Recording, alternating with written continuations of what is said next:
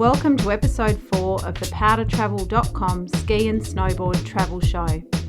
On this week's show, we review Jackson Hole, Wyoming, famous for its open boundary policy and home to some of North America's most extreme inbounds terrain.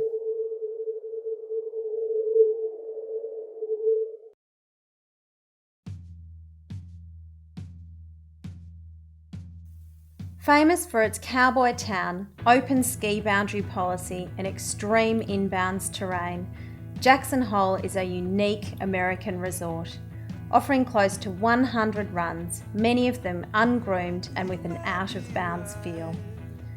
Skiers and boarders can expect steep chutes, wide open faces, bowls, trees and canyons, plus the renowned and extensive out-of-bounds areas accessible through designated access gates, making the area very popular for guided backcountry expeditions across the Grand Teton Range.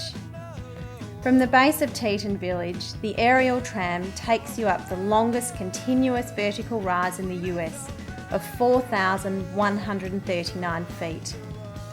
On fresh powder days, the line for the Jackson Hole tram is as long as it is legendary, with stories of people queuing from the early hours of the morning.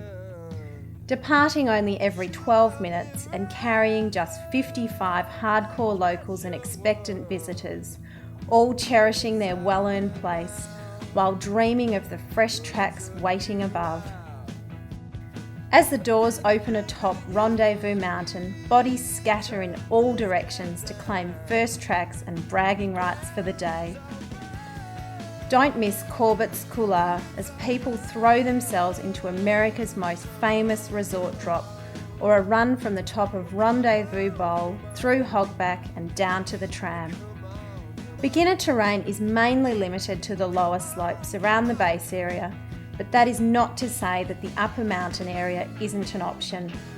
There are many winding intermediate tracks which lead to the steeper terrain, giving beginners challenging skiing options and fantastic views of the valley below. Overall, the mountain is more suited for advanced intermediates and experts who would really appreciate rolling terrain dotted with cliff drops. On the mountain, get warm and enjoy a hearty meal at Casper Restaurant, or stop for a hot chocolate at Corbett's Cabin at the top of the tram for amazing views at 10,450 feet. For an afternoon off, go for a dog sleigh ride, snowshoeing or skidooing. The resort is supported by 2 town areas. Teton Village at the base is a 15-minute bus ride from Jackson Town, costing a couple of dollars per trip. Both Teton Village and Jackson have good accommodation options.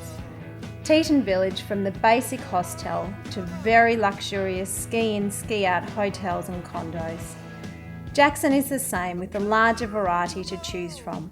Many of the hotels offer their own shuttle bus to and from the resort, so your own car is not a necessity, but can be handy if you plan on travelling between Teton Village and the town of Jackson regularly. There is a small supermarket and a couple of sport shops at Teton Village.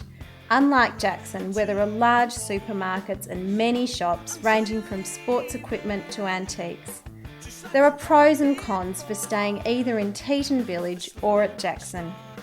Teton Village is ski in, ski out, but for those not skiing all day, it could be a little limited, whereas Jackson offers a vast array of entertainment and dining options. The local steak and hamburger restaurants are real highlights. For après skiing, you cannot go past the Mangy Moose Saloon in Teton Village for great live entertainment.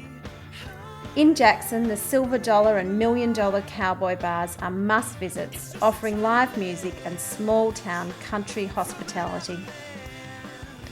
Jackson Airport is 10 minutes out of town, with linking connections throughout the country.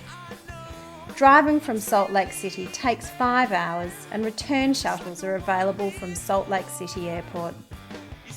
For those wanting a challenge, extreme, powder-packed, cliff-dropping experience, Jackson Hole is the place to be.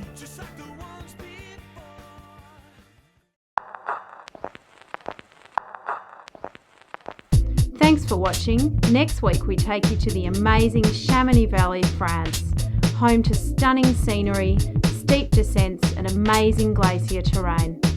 Don't forget to visit powdertravel.com for the latest videos, resort reviews, news and everything snow travel.